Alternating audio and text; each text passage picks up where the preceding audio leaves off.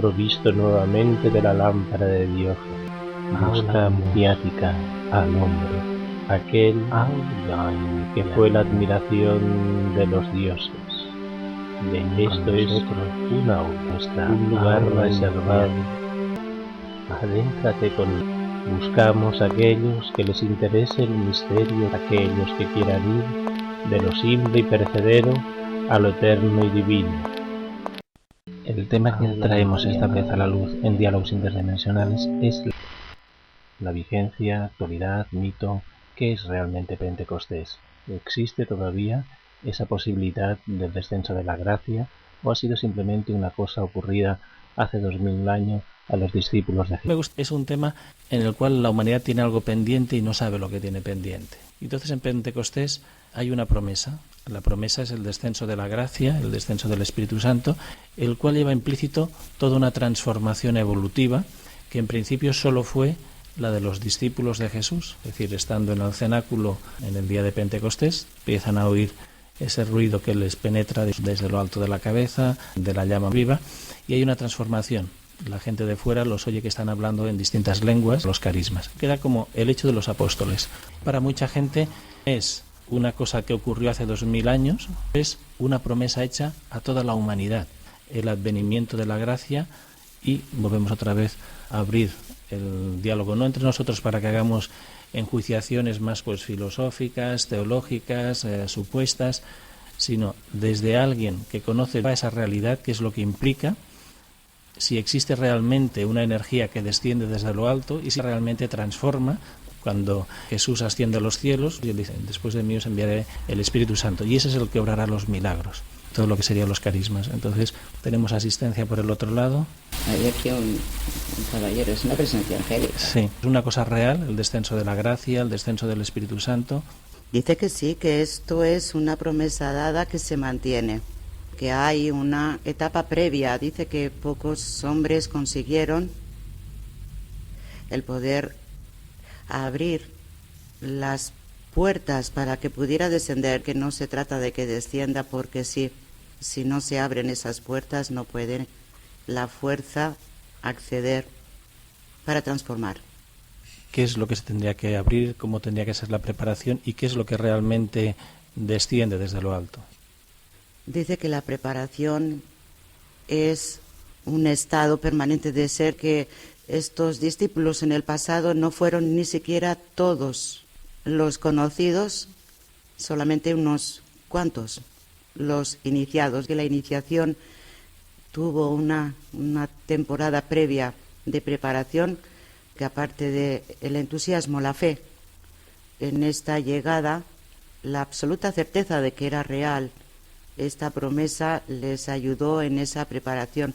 Que la gente ahora está descreída, primero tiene que tener la certeza de que esta promesa es real, que esta es lo más importante, lo primero, que el hecho de que caminemos por el mundo sin estar en el mundo es el segundo paso.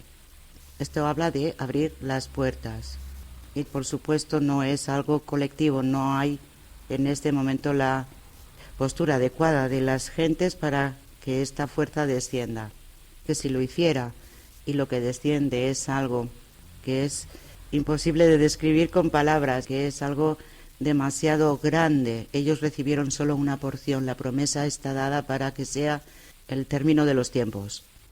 Es la presencia de la mismísima divinidad en el plano físico, rompiendo todas las escalas, todas las frecuencias para acceder en su capa más densa, que es el plano físico.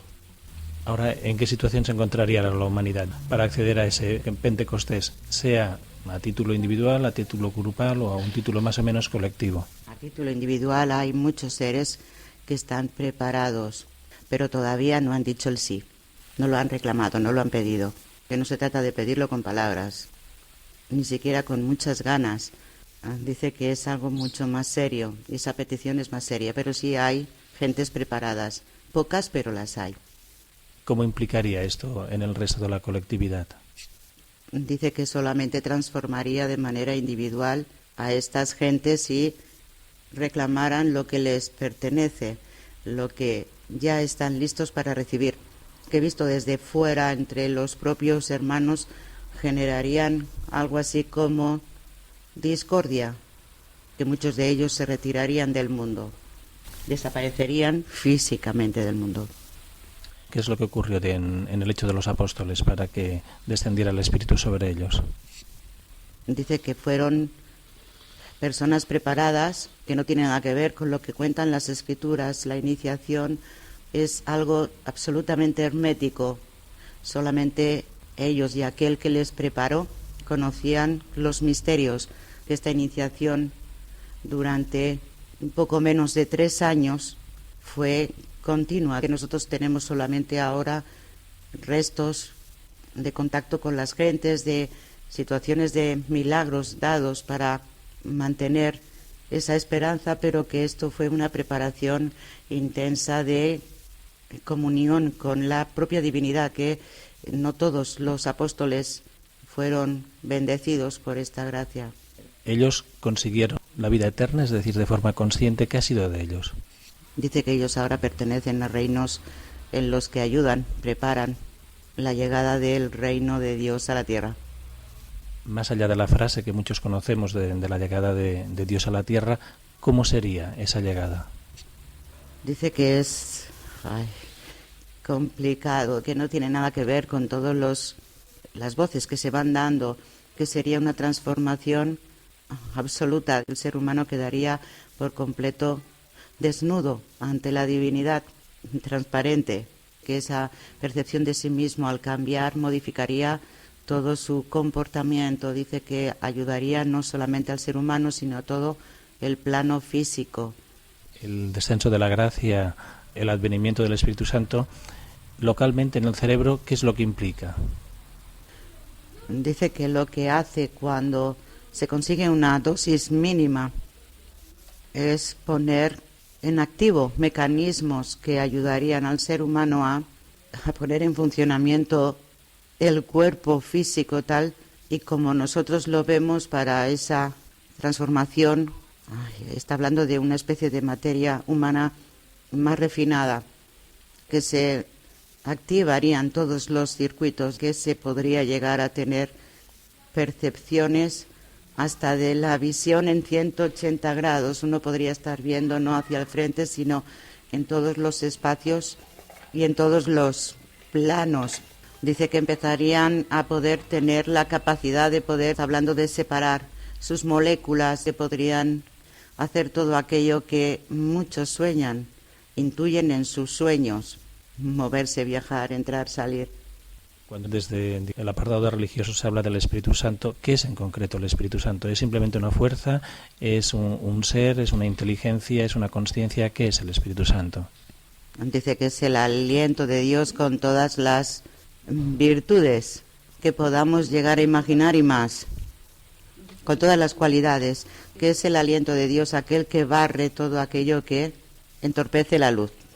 Esa fue la misión de Jesús, es decir, cuando se habla de él como Salvador, fue el predicar, el dar pie a que la especie humana tuviera en cuenta que existe ese aliento de Dios para poder salvarlos, con mayúsculas. Dice que si realmente Él es el Salvador, que aunque no sea como muchos dicen que fue limpiando los pecados de la humanidad, en realidad sí borró las viejas deudas antiguas para dar pie a una nueva humanidad, que eso que nosotros lo vemos en pasado se mantiene, es como si fuera todavía presente. Somos herederos del nombre de cristianismo. ¿Qué hay en el elemento institución? ¿Tiene alguna conexión con esa realidad o simplemente se han quedado en la teoría en la actualidad? Dice que tienen guardados los tesoros, pero no los están regalando a quienes pertenecen, que conocen el trasfondo de todos esos tesoros, pero el terror a perder el control no les ha dejado, no han querido transmitirlo. Dice que ellos han perdido ya las llaves del reino. Es decir, ¿se podía hablar con aquella parábola de que están en la puerta, que ni entran ni dejan entrar? Dice que sí, ellos han perdido ya cualquier derecho, que la responsabilidad que ha recaído en ellos no la han sabido mantener. Ahora a nivel colectivo, a nivel digamos mundial, mucha gente vive en la zozobra, en el pensamiento más dual entre el apocalipsis, la crisis y la esperanza de la llegada de algo nuevo. ¿Qué situación ahora es la que se está viviendo realmente? ¿Hay apocalipsis o hay esperanza de nuevo? Dice que hay ahora el derrumbe de los viejos mundos conocidos, que no es algo que se tenga que apreciar. Todavía se intentarán aferrar a las antiguas formas de vida que les favorece, que les hace sentirse seguros, que esto está ya obsoleto, debe desaparecer, que esto es el apocalipsis en realidad. Que hay una etapa nueva, pero dice que esta etapa todavía tardará en llegar, que cuando todo haya desaparecido tiene que haber un periodo de saneamiento, que el ser humano vagará por el desierto durante un periodo prolongado de tiempo para poder ser consciente de sus culpas, para poder tener acceso a la gracia debe pedir perdón.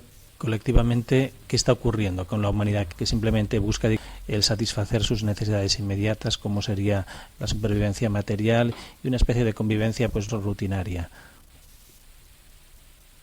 Dice que esto va a permanecer así porque ya lo acaba de decir, intentan aferrarse a lo que conocen como seguro, que habrá periodos en los que serán barridos muchos, está hablando países o culturas de esos países, y volverán a renacer, pero siempre con las bases equivocadas, que el hecho de que vean peligrar su forma de vida no garantiza su despertar, ni quieren despertar.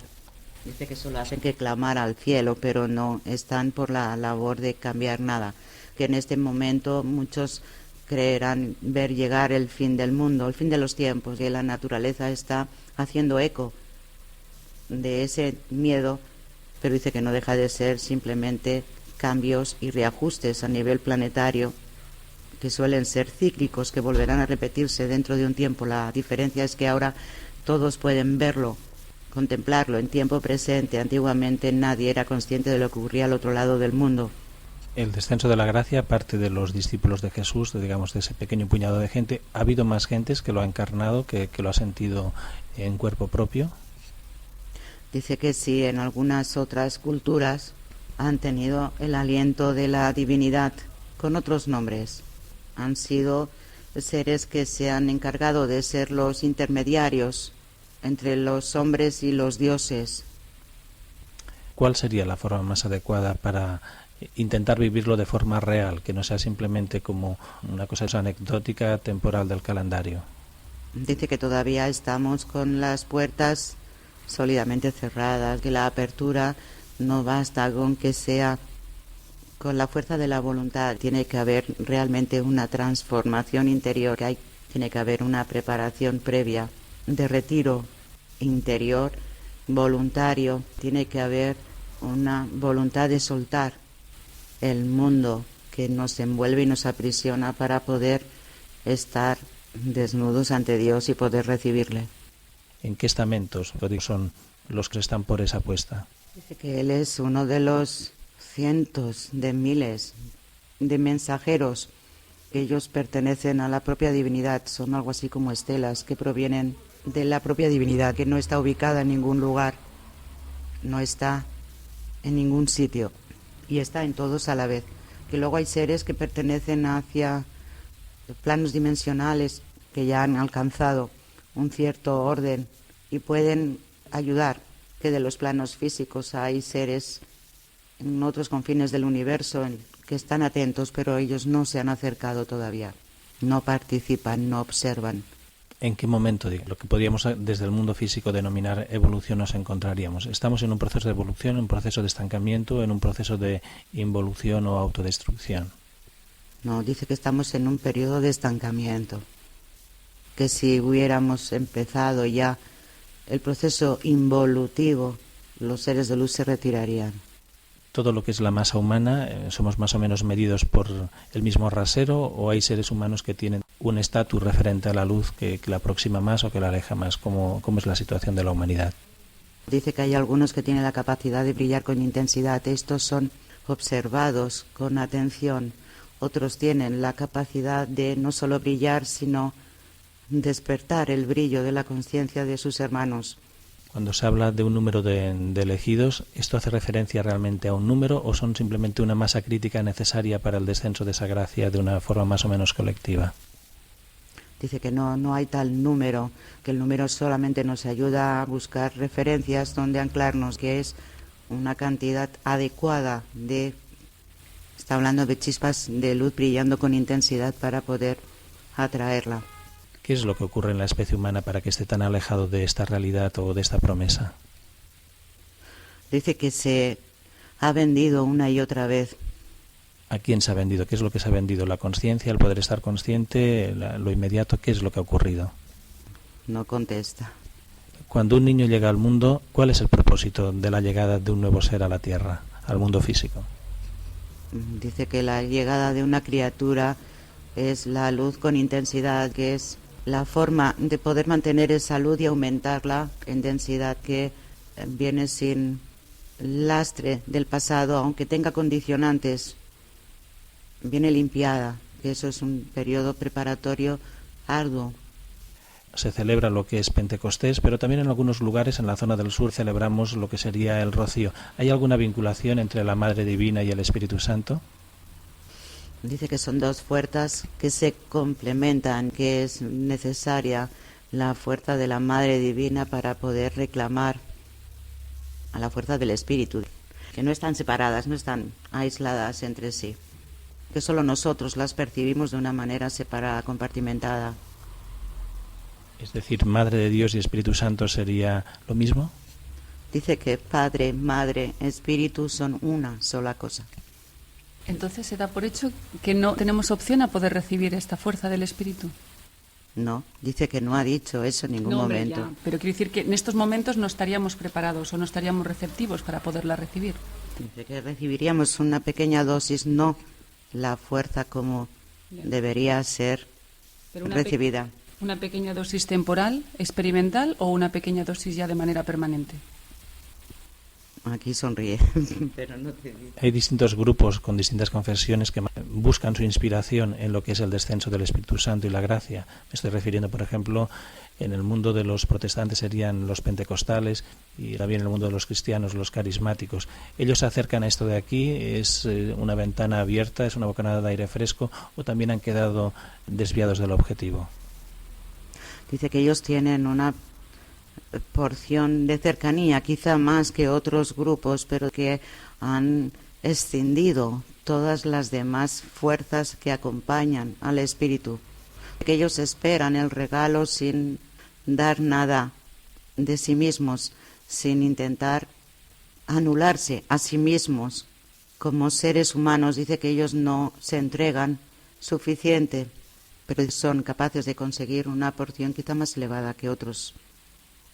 ¿Cómo podemos recuperar el conocimiento de poder acceder a poder demandar esta fuerza, esa preparación previa necesaria? ¿Cómo podemos acceder a esa metodología que habría que seguir?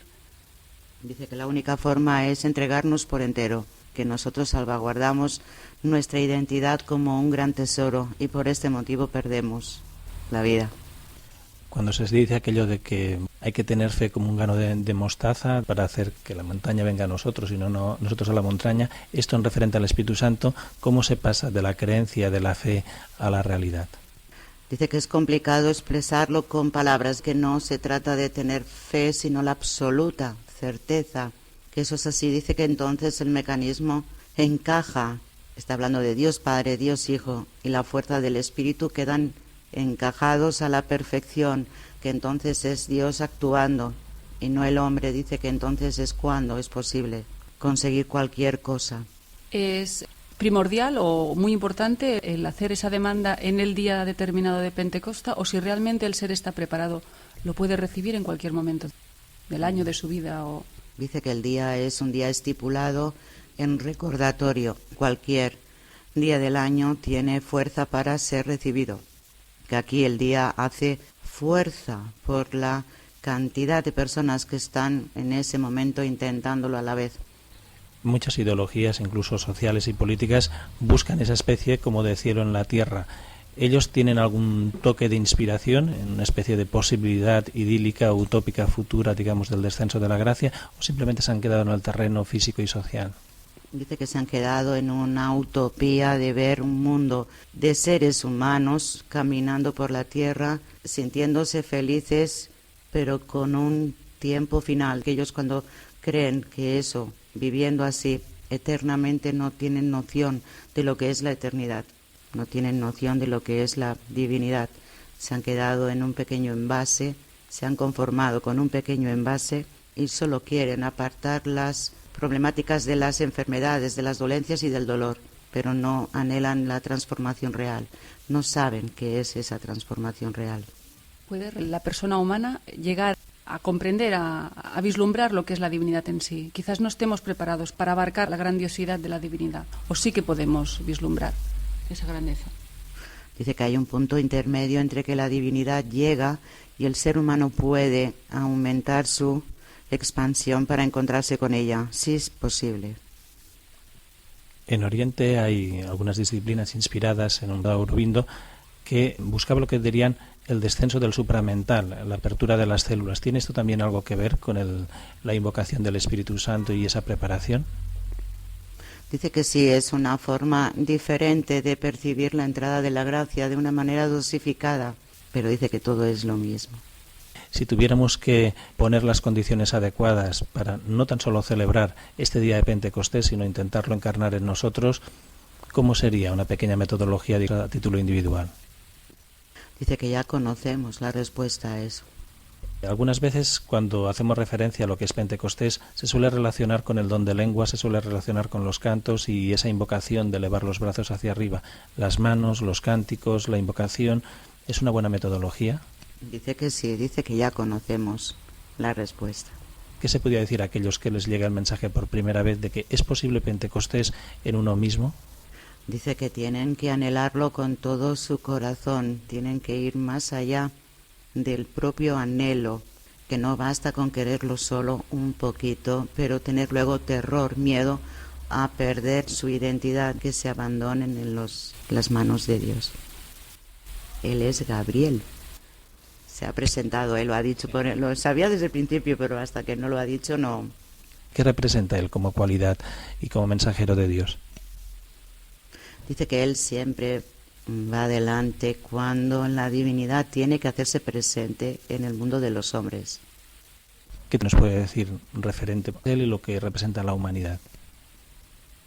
Dice que él y sus hermanos siempre están presentes en el mundo de los hombres, que ellos están velando para que el ser humano consiga su propósito.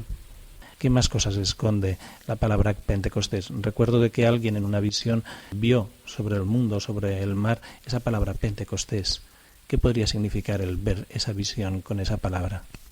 Dice que la expresión es sencillamente el barrido de la oscuridad sobre la tierra. Para todos los grupos que intentan renovar una nueva espiritualidad, que ellos suelen a veces invocar también lo que sería la gracia, ¿es lo mismo? ¿Lo están haciendo con distintas palabras, con distintas metodologías? ¿Están buscando lo mismo o simplemente se están quedando la forma?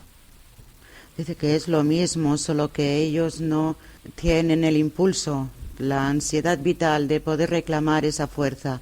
Espera que les llegue, esperan tocarla con los dedos y que no les queme.